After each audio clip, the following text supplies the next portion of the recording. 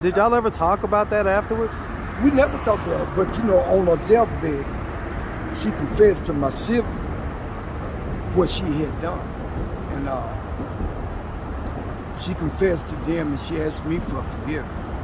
But the strange thing about it, it drove a wedge between me and my sibling because they don't want to see mom in the bed like I'm the trouble child. Yeah. And so, as adults, they heard that confession from your mom, and they turned around and blamed you for it? Yeah, well, I mean, what can they do? She gone. They didn't want to see her in the bed like I'm a trouble child. So it's like, might as well just throw more trouble on them. Who else to blame? Yeah. So my family. What are your thoughts on that, man? Well, my family right now. What's up, YouTube? Hit the like button, share the video. Now back to the content. What's up, YouTube? Atlanta Street Interviews out here with another one. So we got my man out here today. How you doing today, man? Hey, I'm doing good. I'm trying to make it do what it do out here on these streets. I know that's right, man. I know that's right. So, are you homeless? Yes, I'm homeless at the time. Okay. How old are you? I turned 63 December the 22nd. Okay, so you just turned 63? Yeah. Okay, man. Happy belated birthday, man. All right, and so as far as it goes, how long have you been homeless?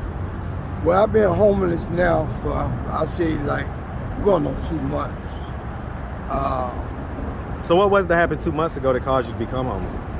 Well, I went through an ordeal where I tried to commit, after my mother passed, I attempted suicide because I took it real hard because me and my mother, we had a real, I guess you could say, unhealthy relationship.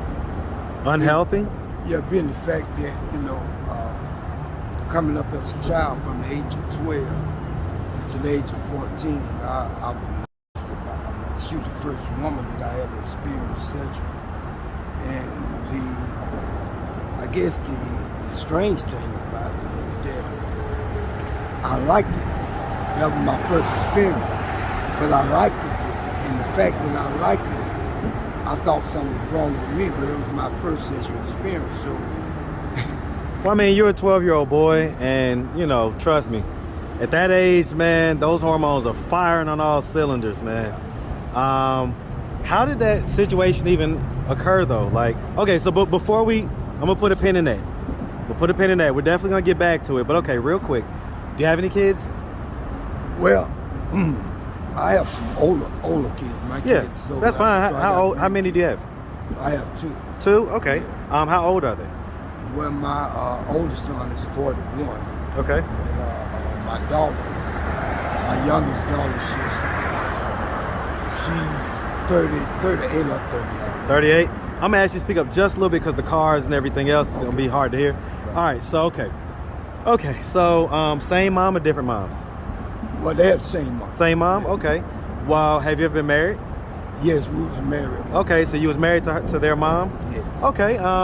What age were you when you got married? I was I got married young, so I was. I don't even remember. Were you in your 20s or was you in your teens? Or? No, because I was in my early 20s.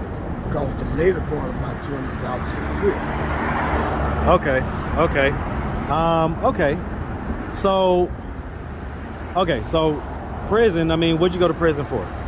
Well, I went to prison for extreme armed robbery. So I did my time.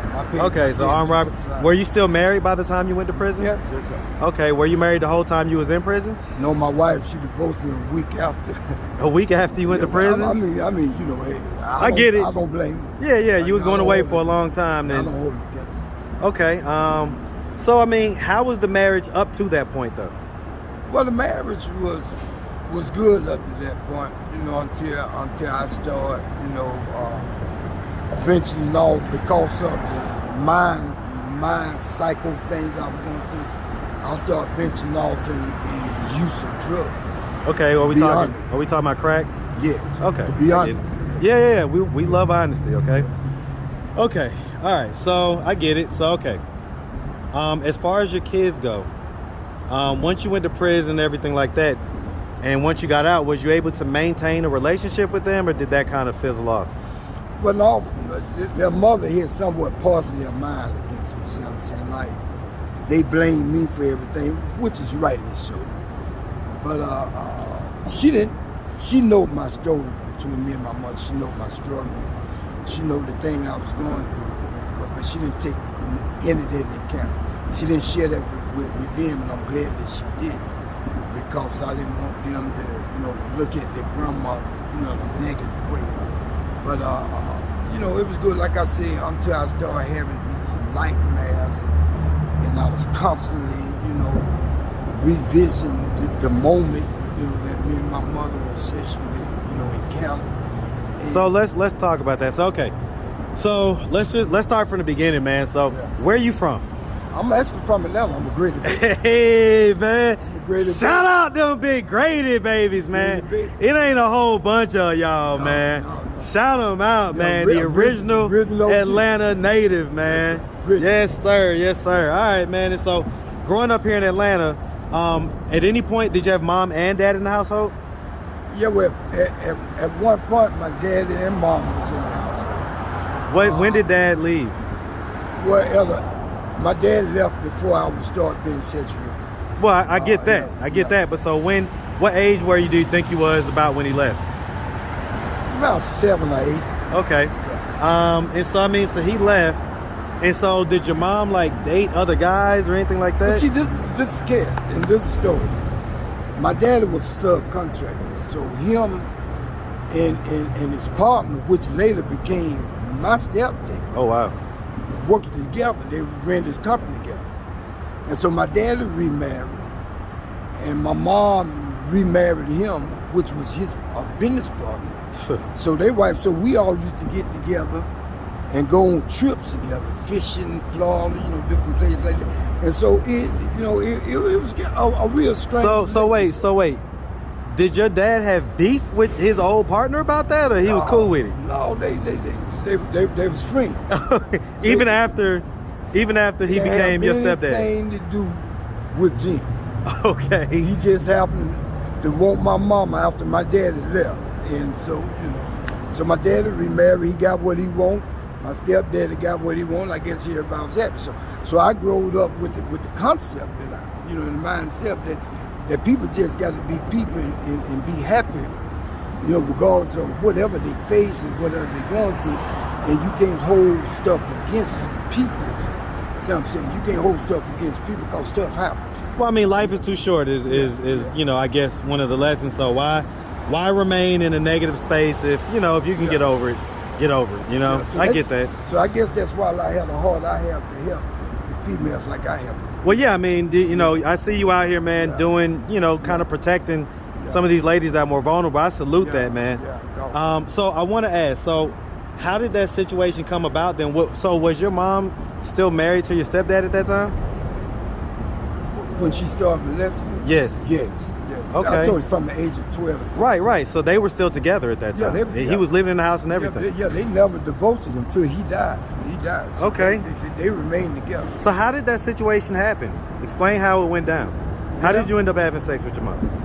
Well, I remember it vividly because I can't erase it from my mind.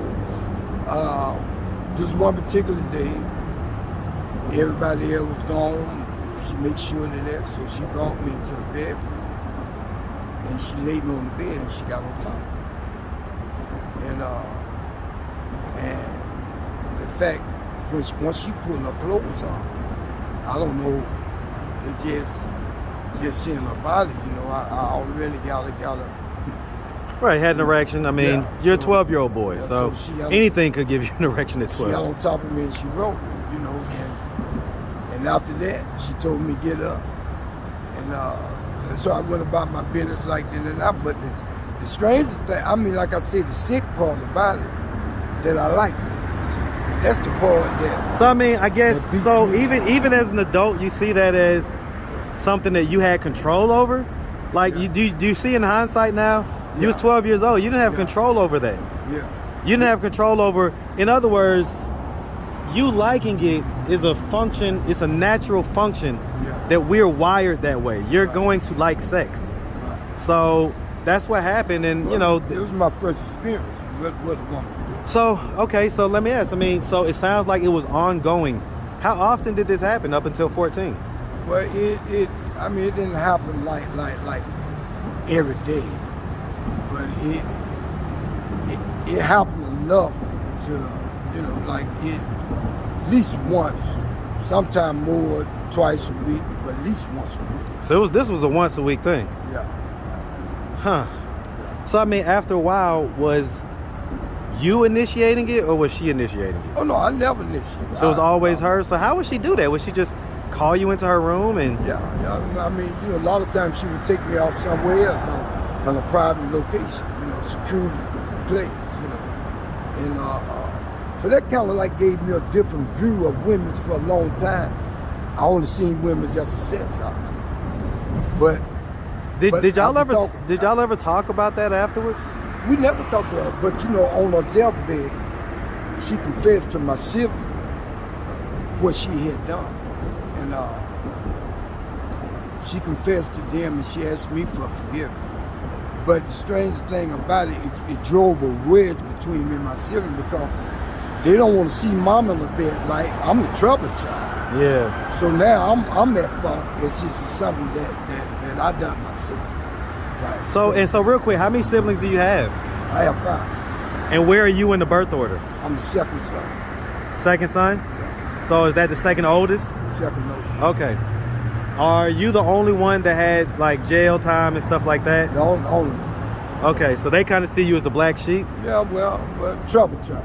Okay. Yeah. And so as adults, they heard that confession from your mom, and they turned around and blamed you for it? Yeah, well, I mean, what can they do? She gone. They didn't want to see her in the bed like I'm a trouble child. So it's like, might as well just throw more trouble on them. Who else to blame? Yeah. So my family. What are your thoughts on that, man? Well, my family right now don't even know I'm back in town. They don't even know. How long you been out of town? Well, I've been out of town for some years. So did you just get out? Is that what I'm hearing as far as? I got out at the age of 53. So I've been out roughly 9 years. Okay. But I came and I left. So I'm saying I left. And where'd you go? I went to first I went to Macon, and then I ended up in Noonan, Georgia, and I came back here from Noonan. And what have we been doing in Macon and Noonan and stuff like that? Well, I was working. I have a CD on the market.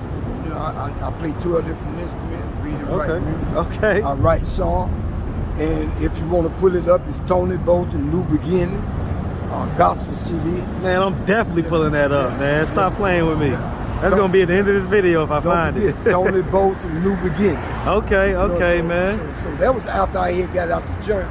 I started working on the project. So after my mama died, like a nervous breakdown, I went through what I went through, and I tried to commit suicide. And so it's been like a roller coaster ride since. But my faith is strong in God.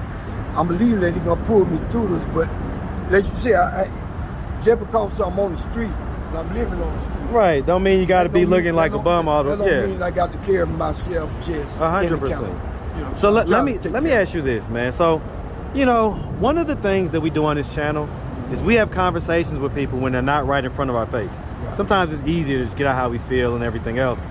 Right. If you could send any message to your siblings, if they were to happen to come across this video on YouTube, what message do you have for them?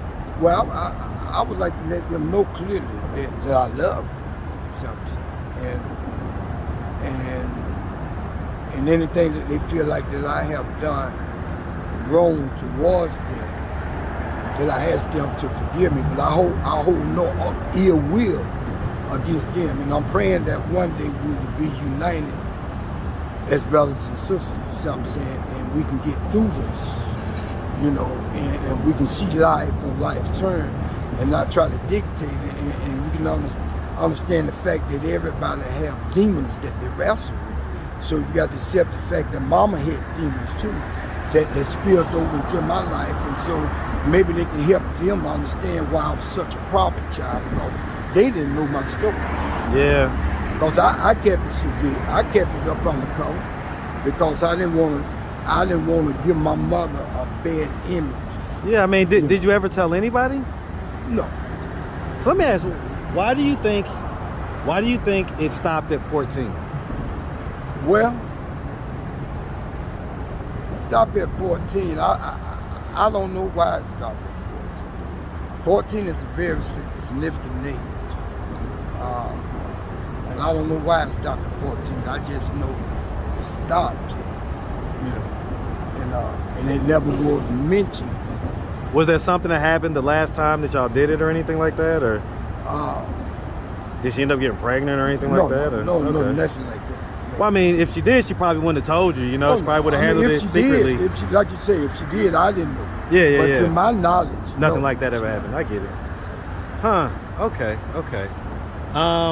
And so your stepdad and your dad, they're not living anymore either? No, well, my stepdad, he died. And my dad and my sister were taking care of him because he got dementia. So I don't know his state right now because I ain't got in touch with him. So I don't know if he dead or alive. I get it. You know what I'm saying? Because I've been out of touch with him for a long time. Okay. So how long we been back in Atlanta now? We've been in Atlanta now going on 2 months. 2 months? And so what's our plan, man? What's our plan to get out of this position of being homeless? Well, like I said, I'm waiting on, I was hoping my car was gonna come down, file for early retirement. Okay. I filed at 62. Yeah. So they taxed me 25%. You know how they do that? Yeah, you're gonna get a little, but you know, you get it earlier, so. Yeah, but I'm getting it early because I need it. I was about to say, hey, look, you might not be here 3 years from now, so get that money now. I might not be. Well, at 55, I'll be 50 2 more years. I'm 63 now. Yeah. So I might not be here, but I need it right now. Yeah. No, the point is you have a need for it now, so definitely draw it now. Yes, sir. And so you're saying you're waiting for that card, and kind of once you get that, you'll kind of get, you know, some housing and stability and everything else. It'll open up for me that senior citizen living. Yeah, absolutely. You know, then I can start back writing on my book because I can keep focus out here. And I can get back into my music, you know, and refocus on the things that I really love. Yeah, you know, all your creative energy. Exercise the gift that God gives me. Like I said, I mean, God gives you a gift. I play 12 different instruments, and read and write music skillfully. I can play behind anybody. You just put the music sheet in front of me, I play it note for note, won't miss it. That's lit. So that's the gift God has given me. Yeah, Plus man. I went to school for it. So talented, man. But it's what I'm going through right now that gonna make me a better person. But I don't want to lose myself out here. Sometimes it get hectic because people prejudge you and they don't know your story. Well, that's one of the reasons why I come out here and do these interviews, man. And I thank God for you. You know, that's one of the reasons why I come out and do them. So. Yeah, for people be able to get this story out, you know, and let it, you know, I'm not perfect, believe me. I have a lot of faults. There's still things that I'm struggling with. And I might be, and one of the main reasons I struggle with it because I don't want to fall back into that melancholy mindset. It's because you fall in that melancholy mindset, then you start thinking suicide. Yeah, man. And it could be tough to get out of that, man. So I don't, so sometimes I'll self-medicate. There you go. I'm being honest. Yeah, no, I get it. I'm not the kind of faithful. So I'll be honest, to help myself to deal with the climax, just the situation and the mind boggling stuff. But I pray, my faith, I don't lose my faith. And I pray to God to give me strength to rise above my weakness and give me strength, see what I'm saying, to overcome the dark clouds. One day the clouds gonna pass away and the sun will shine. Hey man, Glorilla said it best, man. It might rain today, that's why I love tomorrow. That's right, the sun will shine. I love tomorrow. Man, that's why I love tomorrow. But I thank God for you though. Shout out Glorilla, man. Yeah. Nah, no doubt, man. I appreciate that. Well, listen, man, if anybody out there wanted to reach out, help, or donate, do you have a way they could do that? Do you have social media, Cash App, anything like that? Well, I do. I'll tell you what, just tell them to send it to you, and you see me on a regular basis, so you gonna do the right thing. All right, so listen, man, what's your name? Tony. Tony, all right, so the Cash App's up on the screen for Atlanta Street Interviews. You know, if you send anything, make sure you put in a note for Tony. Right. I'll make sure that he gets it, and I'll film it so you have your receipt, all right? All right, man. Hey, you make sure you have a good one, man. We really appreciate you, all right? Hey, thank you, brother. No doubt, man. Have a good one, my boy.